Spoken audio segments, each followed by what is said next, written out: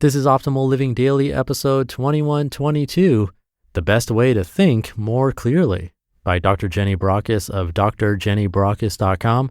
And I'm Justin Malik, your very own personal narrator. I read to you every single day of the year so that you don't have to go find blogs and articles yourself. I find the best authors online, in my own opinion, and simply read them to you for free.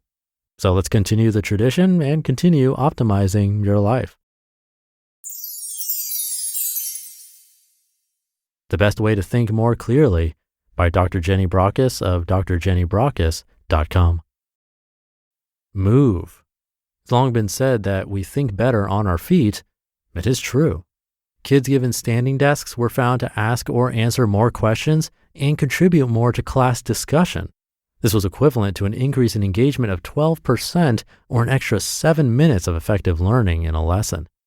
That might not sound like a lot, but over the course of an 8-lesson day, that adds up to an extra 54 minutes.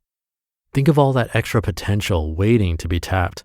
Let's not forget either that our brain's plasticity is available to us across our lifespan.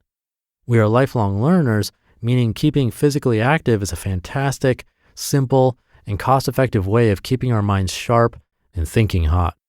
But we have been evolving into an increasingly sedentary society, making it harder for ourselves to retain clarity of thought, make good decisions, and solve problems easily. The solution has been long staring us in the face. It's time to get off our bottoms and move more, which is why there has been a move towards providing more stand-up or variable height desks at work. One recent article debated the validity of such a move, citing a potential conflict of interest in the recently published guidelines for sitting and moving at work, because one of the contributing authors had a commercial link to these types of desks. But this doesn't mean we should ignore the evidence that standing and moving helps us to think better.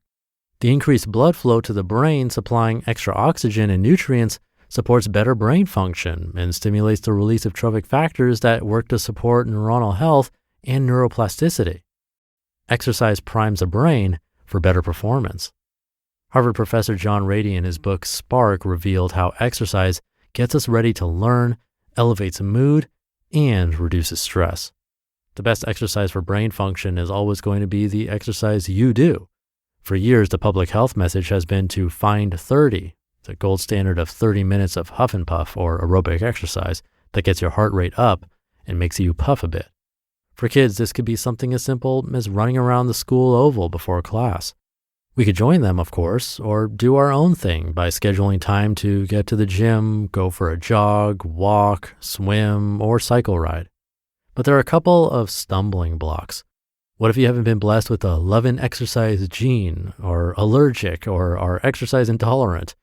And what if your overstuffed and ridiculously busy schedule simply doesn't cater for that time out for you yourself to indulge in extra physical activity? Help appears to be at the hand, and it's pure gold.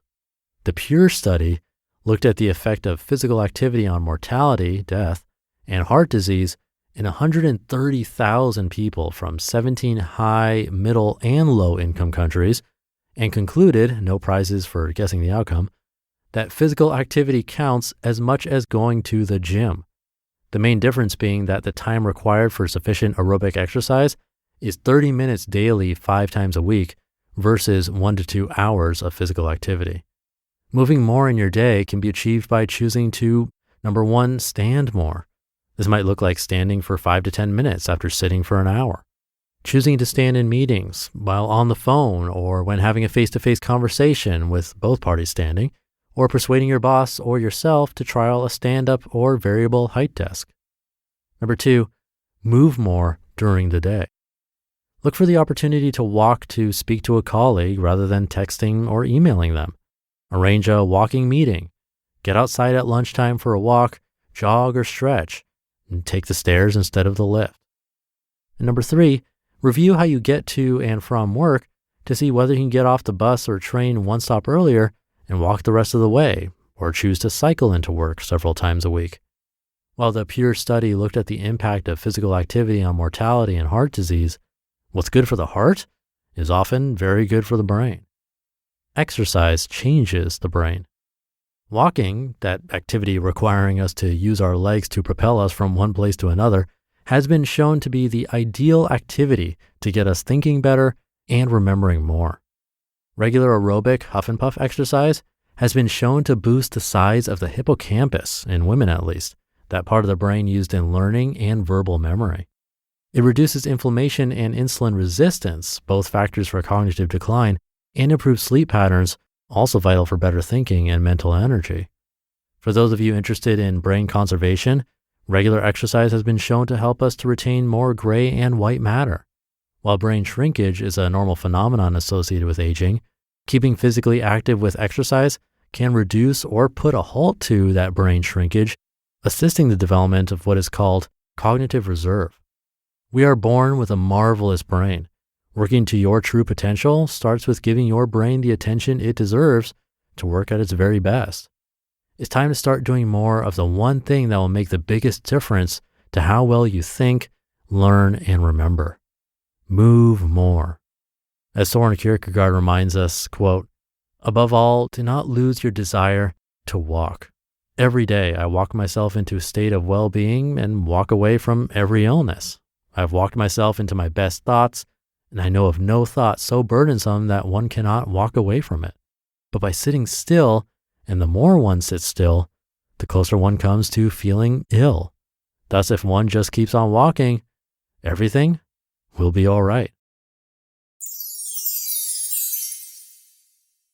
You just listened to the post titled "The Best Way to Think More Clearly" by Dr. Jenny Brockis of drjennybrockis.com. And thank you to Dr. Jenny.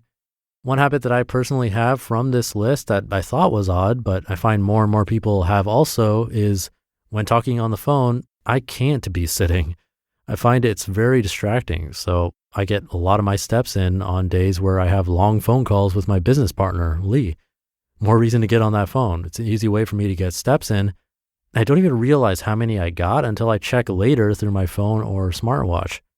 I got a smartwatch as a gift recently, and other than tracking steps, I actually do find the little reminders it sends to stand up actually really helpful. Somehow it knows when I'm sitting and it'll tell me it's time to stand up. And if I do, it congratulates me and I feel good about doing it. It's such a small, simple thing and a tiny feature in smartwatches, but I really think it helps. I also recorded this podcast standing up, so that's not quite moving, but at least I'm not sitting even more. So maybe there's something like that in your life that you do every single day where you could think, maybe I can stand instead of sit, and you wouldn't really notice a difference. Your body would though, and that's important. So see what you come up with. Have a great rest of your day and weekend on your feet, and I'll see you tomorrow as usual, where your optimal life awaits.